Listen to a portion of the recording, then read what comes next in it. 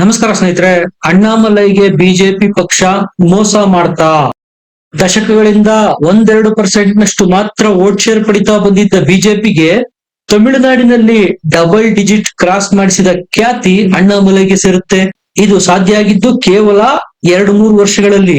ಅಂತಹ ಅಣ್ಣಾಮಲೈಯೇ ಬಿಜೆಪಿಗೆ ಬೇಡವಾದ್ರ ಹಾಗಾದ್ರೆ ಮುಂದೆ ಅಣ್ಣಾಮಲೈ ಭವಿಷ್ಯ ಏನು? ಹೌದು ಸ್ನೇಹಿತರೆ, ತಮಿಳುನಾಡು ವಿಧಾನಸಭಾ ಚುನಾವಣೆಗೆ ಅಣ್ಣಾಮಲೈಗೆ ಬಿಜೆಪಿ ಟಿಕೆಟ್ ಕೊಟ್ಟಿಲ್ಲ. ಅಣ್ಣಾಮಲೈ ಸ್ಪರ್ಧೆ ಇಲ್ಲ. ನಿಜಕ್ಕೂ ಬಿಜೆಪಿಯ ಒಳವಲಯದಲ್ಲಿ ಆಗ್ತಾ ಇರೋದೇನು? ಅಣ್ಣಾಮಲೈಗೆ ಕರೆಸಿ ಅವಮಾನ ಮಾಡಿದ್ರ? ಅಣ್ಣಾಮಲೈನೇ ಸ್ವತಃ ನಾನು ಸ್ಪರ್ಧೆ ಮಾಡಲ್ಲ, ಟಿಕೆಟ್ ಬೇಡ ಅಂದ್ರ?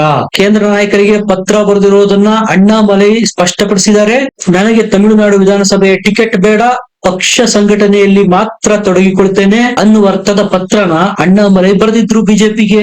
ಇಲ್ಲಿ ಪ್ರಶ್ನೆ ಹೇಳೋದು, ಅಣ್ಣಾಮಲೈಯೇ ಸ್ವತಃ ನನಗೆ ಟಿಕೆಟ್ ಬೇಡ ಅಂತ ನಿರಾಕರಿಸಿದ್ರ ಅಥವಾ ಬಿಜೆಪಿಯ ಕೇಂದ್ರ ನಾಯಕತ್ವನೇ ಅಣ್ಣಾಮಲೈರನ್ನ ದೂರ ಇಡ್ತಾ ಇದೆಯಾ?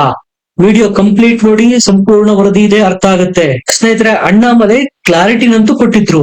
ಈ ಬಾರಿಯ ತಮಿಳುನಾಡು ವಿಧಾನಸಭಾ ಚುನಾವಣೆಗೆ ನಾನು ಸ್ಪರ್ಧೆ ಮಾಡೋದಿಲ್ಲ. ನಮಗೆ ಸಿಕ್ಕಿರ್ತಕ್ಕಂತಹ 27 ಟಿಕೆಟ್ಗಳಲ್ಲಿ ನಮ್ಮ ಅಭ್ಯರ್ಥಿಗಳನ್ನ ಗೆಲ್ಲಿಸೋದಕ್ಕೆ ಪಕ್ಷ ಸಂಘಟನೆ ಮಾಡ್ತೇನೆ, ಅವರ ಪರವಾಗಿ ಕ್ಯಾಂಪೇನ್ ಮಾಡ್ತೇನೆ ಅಂತ ಅಣ್ಣಾಮಲೈ ಬಹಿರಂಗವಾಗಿ ಹೇಳಿದ್ರು. ಅವರ ಮಾತುಗಳಿಂದ ಮೇಲ್ನೋಟಕ್ಕೆ ಅಣ್ಣಾಮಲೈಯೇ ಹಿಂದೆ ಸರಿದಿದ್ದಾರೆ ಅನ್ನೋ ಅರ್ಥ ಬರ್ತಾ ಇದ್ರು ಬಿಜೆಪಿಯ ಬೆಂಬಲಿಗರು ಹೇಳ್ತಾ ಇರೋದು, ಇಲ್ಲ, ಅಣ್ಣಾಮಲೈಗೆ ಧೋಖಾ ಮಾಡಲಾಗಿದೆ, ಮಹಾ ಮೋಸ ಆಗಿದೆ, ಅಣ್ಣಾಮಲೈಗೆ ಕರೆಸಿ ಅವರನ್ನ ಕೈ ಕೊಡಲಾಗಿದೆ. ಸ್ನೇಹಿತರೆ, ಇದರಲ್ಲಿ 2 ಆಂಗಲ್ಸ್ ಇದಾವೆ. ಅಣ್ಣಾಮಲೈ ಸ್ವ-ಇಚ್ಛೆಯಿಂದ ಕೇಂದ್ರ ನಾಯಕತ್ವಕ್ಕೆ ಪತ್ರ ಬರೆದಿರಬಹುದು, ತನ್ನನ್ನು ತಾನು ಸಂಘಟನೆಗೆ ಮಾತ್ರ ಸೀಮಿತಗೊಳಿಸಿಕೊಂಡಿರಬಹುದು, ಅಥವಾ ಕೇಂದ್ರ ನಾಯಕತ್ವನೇ ಅಣ್ಣಾಮಲೈಗೆ ಟಿಕೆಟ್ ನಿರಾಕರಿಸಿ ಈ ಬಾರಿ ನೀವು ಸ್ಪರ್ಧೆ ಮಾಡೋದು ಬೇಡ, ಯಾಕಂದ್ರೆ ಅಣ್ಣಾಮಲೈ ಈ ಬಾರಿ ಸ್ಪರ್ಧೆ ಮಾಡೋದೇ ಆಗಿದ್ರೆ ಸೇಫ್ ಸೀಟ್ ಇರ್ಬೇಕಾಗಿತ್ತು. ಈಗ ಆಲ್ರೆಡಿ 2 ಬಾರಿ ಸ್ಪರ್ಧೆ ಮಾಡಿ ಸೋತಾಗಿದೆ. ಬಿಜೆಪಿ ಪಾಲಿಗೆ ಸಿಕ್ಕಿರ್ತಕ್ಕಂತ 27 ಸೀಟ್ಗಳಲ್ಲಿ ಸೇಫ್ ಸೀಟ್ ಒಂದೂ ಇಲ್ಲ. ಸುರಕ್ಷಿತವಾದ ಸೀಟ್ ಸಿಗದೇ ಇರೋದ್ರಿಂದ ರಿಸ್ಕ್ ತೆಗೆದುಕೊಳ್ಳೋದು ಬೇಡ. ಈಗ ಮತ್ತೆ ಎಲೆಕ್ಷನ್ಗೆ ಸ್ಪರ್ಧೆ ಮಾಡಿ ಸೋತ್ರು ಅಂತ ತಿಳ್ಕೊಳ್ಳಿ. 2 ಬಾರಿ ಈಗ ಆಲ್ರೆಡಿ ಸೋತಿರೋದ್ರಿಂದ 3ನೇ ಬಾರಿ ಏನಾದ್ರೂ ಸೋತ್ರೆ ಬಿಜೆಪಿಗೆ ಸಂಕಷ್ಟ ಎದುರಾಗುತ್ತೆ. ಯಾಕಂದ್ರೆ ತಮಿಳುನಾಡಿನಲ್ಲಿ ಪಕ್ಷದ ಮುಖ, ಕಮಲಕ್ಕೆ ಆಸರೆ ಅಂತ ಯಾವ್ದಾದ್ರು ಇದ್ರೆ ಅದು ಅಣ್ಣಾಮಲೈ ಮಾತ್ರ. ತಮಿಳುನಾಡಿನ ಜನ ಅಣ್ಣಾಮಲೈರನ್ನು ನೋಡೇ ರಾಜ್ಯಾದ್ಯಂತ ಬಿಜೆಪಿಗೆ 2 ಅಂಕಿಯ ವೋಟ್ ಶೇರ್ ಕೊಟ್ಟಿದ್ದಾರೆ. ಈ ಬಾರಿ ಸ್ಪರ್ಧೆ ಮಾಡಿ ಮತ್ತೆ ಸೋತ್ರೆ ಬಿಜೆಪಿಯ ಪ್ರಮುಖ ಮುಖ ಅಣ್ಣಾಮಲೈ ಚರಿಸ್ಮಾಗೆ ಪೆಟ್ಟು ಬಿದ್ದಂತಾಗುತ್ತೆ. ಇದರಿಂದ ಡೈರೆಕ್ಟ್ ಆಗಿ ಬಿಜೆಪಿಗೆ ತೀವ್ರ ಹಿನ್ನಡೆಯಾಗುತ್ತೆ. ಈ ರೀತಿಯ ನಿರ್ಧಾರ ತೆಗೆದುಕೊಂಡು ಕೇಂದ್ರ ನಾಯಕತ್ವ ಅಣ್ಣಾಮಲೈರನ್ನು ಸ್ಪರ್ಧೆ ಮಾಡೋದು ಬೇಡ ಅಂತ. ಇನ್ನು ಕೆಲವರು ಹೇಳೋದು, ಬಿಜೆಪಿ ಆತುರ ಮಾಡ್ತು, ಆಗೋವರೆಗೂ ಇದ್ದು ಆರೋವರೆಗೂ ಇರ್ಲಿಲ್ಲ. ಸ್ನೇಹಿತರೆ, ಸಕ್ಸಸ್ಗೆ ಶಾರ್ಟ್ ಕಟ್ ಇಲ್ಲ, ಯಾವುದು ತಟ್ಟಂತ ಆಗೋದಿಲ್ಲ. ಮನೆ ಕಟ್ಟೋಕ್ಕೂ ಮುಂಚೆ ಪಾಯ ತೆಗಿಬೇಕಾಗುತ್ತೆ. ಅಂತಹ ಪಾಯ ತೆಗೆದು ಬೇಸ್ಮೆಂಟ್ ಹಾಕುವ ಕೆಲಸ ಅಣ್ಣಾಮಲೈ ಮಾಡಿದ್ರು. ಯಾಕಂದ್ರೆ ಅಣ್ಣಾಮಲೈ ತಮಿಳುನಾಡಿನಲ್ಲಿ ಬಿಜೆಪಿಯನ್ನ ಕಟ್ಟೋದಕ್ಕೆ ನಿಂತಾಗ ಬಿಜೆಪಿಗೆ ಇದ್ದ ವೋಟ್ ಶೇರು 2-3% ಮಾತ್ರ. ಆಲ್ಮೋಸ್ಟ್ ಆಲ್ ಅಣ್ಣಾಮಲೈ ಬಿಜೆಪಿನ ತಮಿಳುನಾಡಿನಲ್ಲಿ ಕಟ್ಟಿದ್ದೇ 0 ಇಂದ, ಗ್ರೌಂಡ್ ಲೆವೆಲ್ ಇಂದ.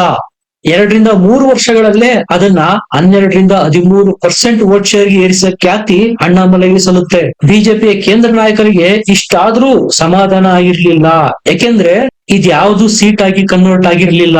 ಇನ್ನೇನು ಸಸಿ ಮರವಾಗಿ ಫಲ ಕೊಡ್ಬೇಕು ಅನ್ನುವ ಟೈಮ್ ಅಲ್ಲೇ ಬಿಜೆಪಿ ಅಣ್ಣಾಮಲೈರನ್ನ ಹಿಂದಕ್ಕೆ ಸರಿಸ್ತಾ ಎಐಎಡಿಎಂಕೆ ಯನ್ನ ಓಲೈಕೆ ಮಾಡುವಲ್ಲಿ ಅಣ್ಣಾಮಲೈರನ್ನ ಬಲಿಪಶು ಮಾಡ್ತಾ ಬಿಜೆಪಿ. ಯಾಕಂದ್ರೆ ಅಣ್ಣಾಮಲೈಗೆ ತಮಿಳುನಾಡಿನ ಪಾಲಿಟಿಕ್ಸ್ ಸ್ಪಷ್ಟವಾಗಿ ಗೊತ್ತಾಗೋಗಿತ್ತು. ಎಐಎಡಿಎಂಕೆಗೂ ಡಿಎಂಕೆಗೂ ಯಾವುದೇ ಡಿಫರೆನ್ಸ್ ಇಲ್ಲ. 2 ದ್ರಾವಿಡಿಯನ್ ಪಾಲಿಟಿಕ್ಸ್ ಮಾಡುವ ಪಕ್ಷಗಳು, ಘೋರ ಹಿಂದೂ ವಿರೋಧಿ ಪಕ್ಷಗಳು, ಆಂಟಿ ನ್ಯಾಷನಲಿಸ್ಟ್ ಪಕ್ಷಗಳು 2. ಎಐಎಡಿಎಂಕೆ ಮತ್ತು ಡಿಎಂಕೆ ಎರಡನ್ನೂ ಯಾವ ರೀತಿ ಎದುರಿಸ್ಬೇಕು ಅನ್ನೋದು ಅಣ್ಣಾಮಲೈಗೆ ಕರತಲ ಮಲಕ ಆಗೋಗಿತ್ತು. ಅದರ ಬಗ್ಗೆ ಸ್ಪಷ್ಟ ಬ್ಲೂ ಪ್ರಿಂಟ್ ಅಣ್ಣಾಮಲೈ ಬಳಿ ಇತ್ತು. ಆದ್ರೆ ಕೇಂದ್ರ ನಾಯಕತ್ವ ಆತುರ ತೋರ್ತಾ ಅದಕ್ಕೆ ಟೈಮ್ ಕೊಡ್ಲಿಲ್ಲ. ಕಾರಣ ಎಐಎಡಿಎಂಕೆ ಜೊತೆಗೆ ಬಿಜೆಪಿ ಮೈತ್ರಿ ಮಾಡ್ಕೊಂಡಿತ್ತು. ನೀವು ನಂಬಿದ್ರೆ ನಂಬಿ, ಬಿಟ್ರೆ ಬಿಡಿ. ಯಾವಾಗೆಲ್ಲ ಬಿಜೆಪಿ ಎಐಎಡಿಎಂಕೆ ಜೊತೆಗೆ ಮೈತ್ರಿ ಮಾಡ್ಕೊಂಡು ಚುನಾವಣೆನ ಎದುರಿಸಿದೆಯೋ ಅದರಲ್ಲಿ ಎಐಎಡಿಎಂಕೆಗೆ ಜಾಸ್ತಿ ಪ್ರಾಫಿಟ್ ಆಗಿರೋದು. ಬಿಜೆಪಿಯ ಮತಗಳು ಎಐಎಡಿಎಂಕೆಗೆ ಸುಲಭವಾಗಿ ಶಿಫ್ಟ್ ಆಗ್ಬಿಡುತ್ತೆ. ಆದ್ರೆ ಎಐಎಡಿಎಂಕೆ ಮತಗಳು ಬಿಜೆಪಿಗೆ ಬರೋದಿಲ್ಲ, ಧೋಖಾ ಮಾಡ್ಬಿಡ್ತಾರೆ. ಇದು ಅಣ್ಣಾಮಲೈಗೆ ಸ್ಪಷ್ಟವಾಗಿ ಅರಿವಾಗೋಗಿತ್ತು. ಬಿಜೆಪಿಗೆ ಏನಾದ್ರೂ ತಮಿಳುನಾಡಿನಲ್ಲಿ ನೆಲೆಬೇಕು ಅಂದ್ರೆ ದ್ರಾವಿಡಿಯನ್ ಐಡಿಯಾಲಜಿ ವಿರುದ್ಧ ಹೋಗ್ಬೇಕು ಅನ್ನೋದು ಅಣ್ಣಾಮಲೈ ತಂತ್ರ ಆಗಿತ್ತು. ಹಂಗಾಗಿ 3% ಇದ್ದ ಬಿಜೆಪಿಯ ವೋಟ್ ಶೇರು 12%ಗೆ ಜಿಗಿದಿತ್ತು. ತಮಿಳುನಾಡು ಭಾರತದಲ್ಲೇ ಅತ್ಯಧಿಕ ದೇವಸ್ಥಾನಗಳಿರ್ತಕ್ಕಂತ ರಾಜ್ಯ.